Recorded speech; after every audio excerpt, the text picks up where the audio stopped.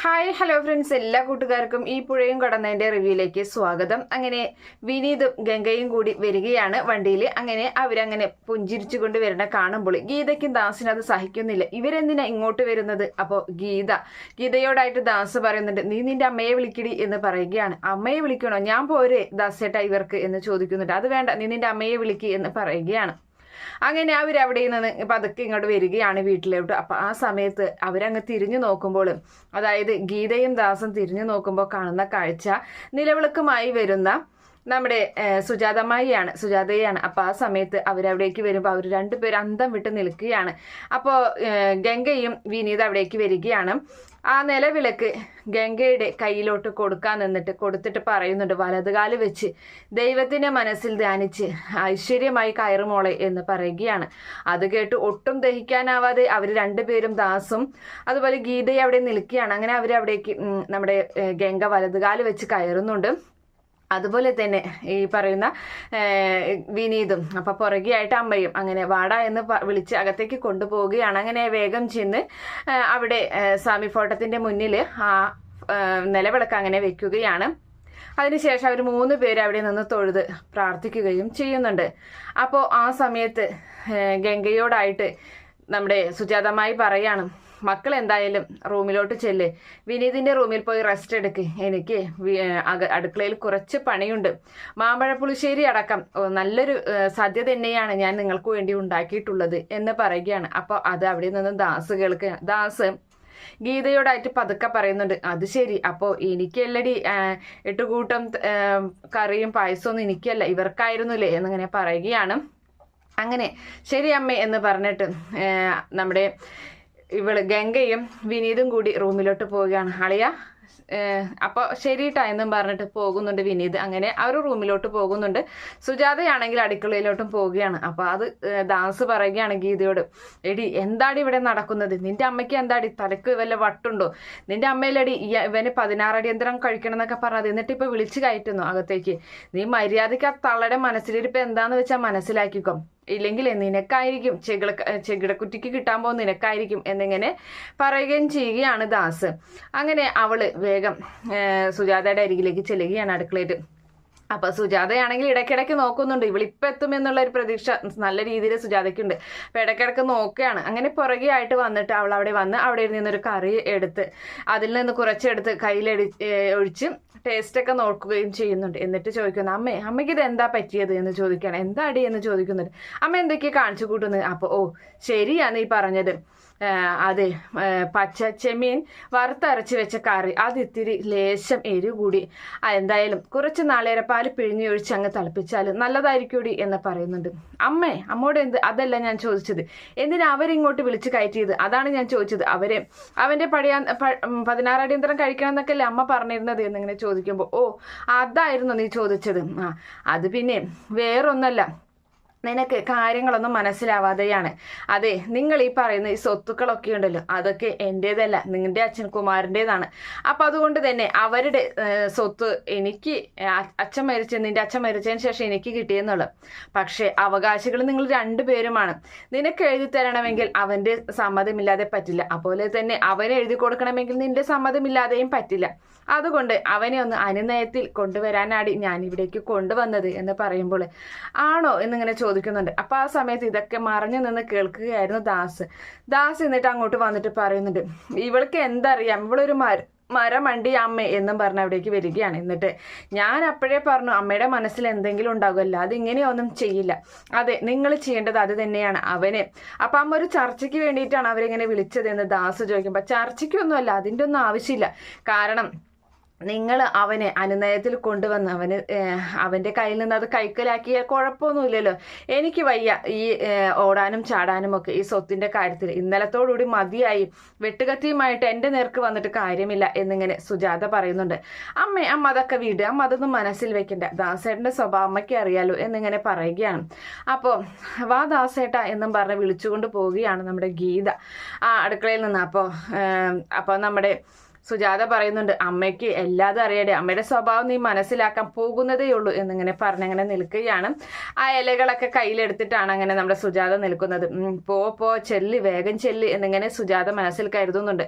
അങ്ങനെ അതിനുശേഷമാണെങ്കിൽ ഈ പറയുന്ന നമ്മുടെ വിനീതിനെയും അതുപോലെ ഗംഗയെയും കാണിക്കുകയാണ്. അപ്പം ഗംഗ വിനീതിനോട് ചോദിക്കുന്നുണ്ട്, അല്ല വിനീതേട്ടാ തുടങ്ങിയാലോ എന്ന് ചോദിക്കുകയാണ്.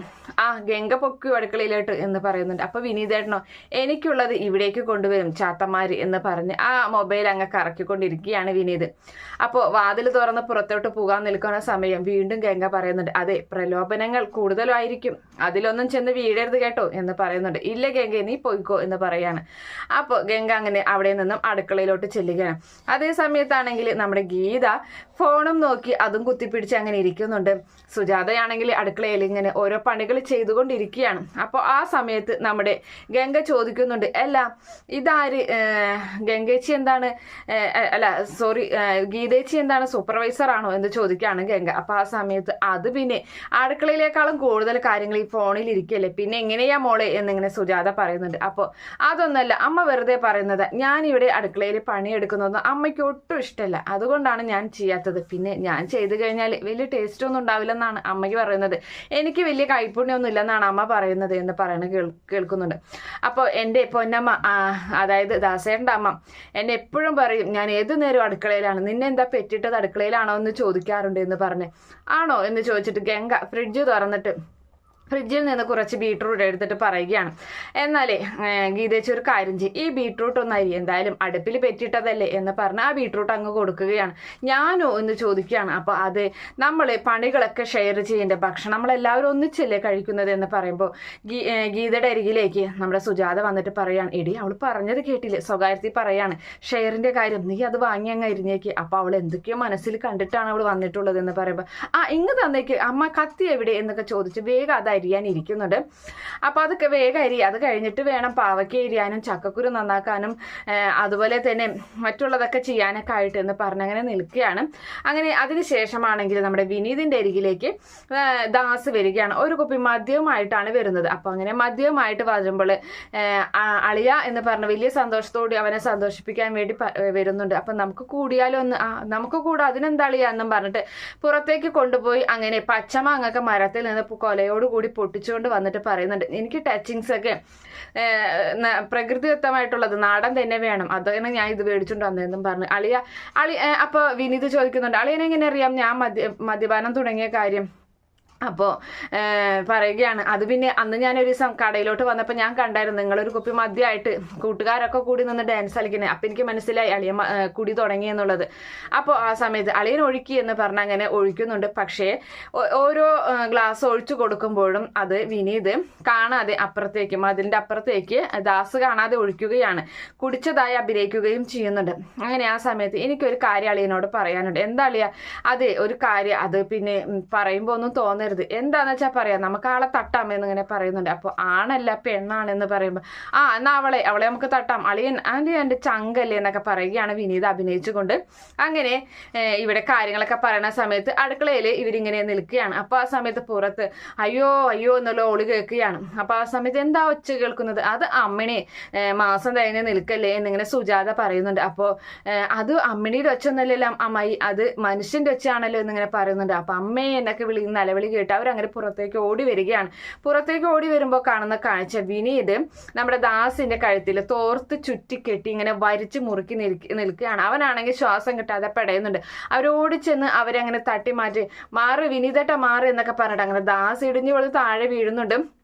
അപ്പോൾ നമ്മുടെ ഗീതയാണെങ്കിൽ ദാസിനെ പിടിച്ച് പൊക്കാൻ ശ്രമിക്കുകയാണ്. അപ്പോൾ സുജാത പറഞ്ഞു, നീ അവൻ എത്രയും വേഗം എടുത്തുകൊണ്ട് പോയിടി എന്ന് പറയുമ്പോൾ അതിന് അമ്മ മുട്ടിഞ്ഞ വെയിറ്റ് എനിക്ക് പൊന്തുന്നില്ല, നീ എങ്ങനെയും കൊണ്ടുപോടി എന്ന് പറഞ്ഞ് അകത്തേക്ക് ഒരു വിധത്തിൽ കൊണ്ടുപോവുകയാണ്. അങ്ങനെ വിനീതും ഗംഗയൊക്കെ ചിരിക്കൊക്കെ ചെയ്യുന്നുണ്ട്. അവരങ്ങനെ നിൽക്കുകയാണ്. അതിനുശേഷം റൂമിലെത്തിയിട്ട് നമ്മുടെ നമ്മുടെ ഗീത പറയുന്നുണ്ട്, അതെ ഇനിയിപ്പോൾ വേഗം തന്നെ ഒരു വൈദ്യരെ കാണിക്കാം, അല്ലാതെ ഇതിങ്ങനെ നിന്നിട്ട് കാര്യമില്ല, ഒരു കഴുത്തിലിടാൻ ഒരു ബെൽറ്റ് അറിഞ്ഞിട്ടും കൂടി ഇല്ല എന്നൊക്കെ ഇങ്ങനെ പറയുകയാണ്. അപ്പോൾ എടി എന്നാലും നിന്റെ ആങ്ങൾ ഇങ്ങനെ ചെയ്യുമെന്ന് വിചാരിച്ചില്ല. ഇനിയിപ്പോൾ എൻ്റെ പൊന്നമ്മയോട് ഞാൻ എന്ത് പറയും? അവിടെ ചെന്ന് സ്വത്തുക്കളില്ലാതെ തിരിച്ചു തന്നാൽ ഒരു തുള്ളി പച്ചവെള്ളം കൂടി അമ്മ എനിക്ക് തരില്ല എന്നിങ്ങനെ പറയുകയാണ്. അപ്പോൾ നമ്മുടെ ഗംഗ അവിടേക്ക് വരുന്നുണ്ട്. ഗംഗ വന്നിട്ട് അതെ ഭക്ഷണമൊക്കെ റെഡി ആയിട്ടുണ്ട്, അമ്മായി ചെല്ലാൻ പറഞ്ഞു, ചൂടോടുകൂടി കഴിച്ചാൽ അതിന് ടേസ്റ്റ് ഉണ്ടാകുള്ളൂ. എനിക്ക് വേണ്ടടി, നിങ്ങൾ പോയി കഴിച്ചിട്ട് നിന്റെ ഭർത്താവിനെയും കള്ളു കുടിച്ചാൽ പ്രാന്താടി എന്ന് പറയുന്നുണ്ട്. അപ്പോൾ അത് തന്നെയല്ലേ ഗീതേച്ചി ദാസേട്ടനെയും കുറിച്ച് പറയാറ് എന്ന് പറയുന്നുണ്ട്. അപ്പോൾ വിനീതേട്ടന് കള്ളു കുടിക്കണമെന്നില്ല, കള്ളു കണ്ടാൽ മതി, എന്നാൽ പോലും പ്രാന്താണെന്നൊക്കെ നമ്മുടെ ഇവള് പറയുകയാണ്. അപ്പോൾ ആ സമയത്ത് എനിക്ക് വേണ്ട ഭക്ഷണം നീ പോടി എന്ന് പറയുകയാണ്. എന്നാ വേണ്ടെങ്കിൽ വേണ്ട എന്നും പറഞ്ഞ് അവിടെ നിന്നും നമ്മുടെ ഗംഗ പോവുകയാണ്. അപ്പോൾ ദാസ് പറയുന്നുണ്ട് നീ ഭക്ഷണം വേണ്ടാന്ന് പറയണ്ടായിരുന്നു, കാരണം നല്ല വിശപ്പുണ്ടടി എന്ന് പറയണം. അതിന് അവൾ എന്നെ നിർബന്ധിക്കുമെന്നല്ലേ ഏട്ടാ ഞാൻ കരുതിയത്, അവൾ ഇങ്ങനെ പെട്ടെന്ന് പോകുമെന്ന് വിചാരിച്ചില്ല എന്നും പറയുകയാണ്. എന്നാ വാ നമുക്കൊക്കെ പെട്ടിയും കിടക്കെടുത്തിട്ട് അവർ പോവാന്നിരിക്കുകയാണ് കേട്ടോ. ആ സമയത്ത് നമ്മുടെ സുജാത അവിടെ പേപ്പറും വായിച്ചുകൊണ്ട് അങ്ങനെ ഇരിക്കുന്നുണ്ട്. ആ ഒരു ഭാഗത്തോട് കൂടിയാണ് എന്തായാലും ഇന്നത്തെ എപ്പിസോഡ് അവസാനിക്കുന്നത്. ഈ റിവ്യൂ ഇഷ്ടപ്പെടുകയാണെങ്കിൽ ഈ ചാനൽ ഒന്ന് സബ്സ്ക്രൈബ് ചെയ്ത് സപ്പോർട്ട് ചെയ്യണേ. Okay friends, bye, thank U.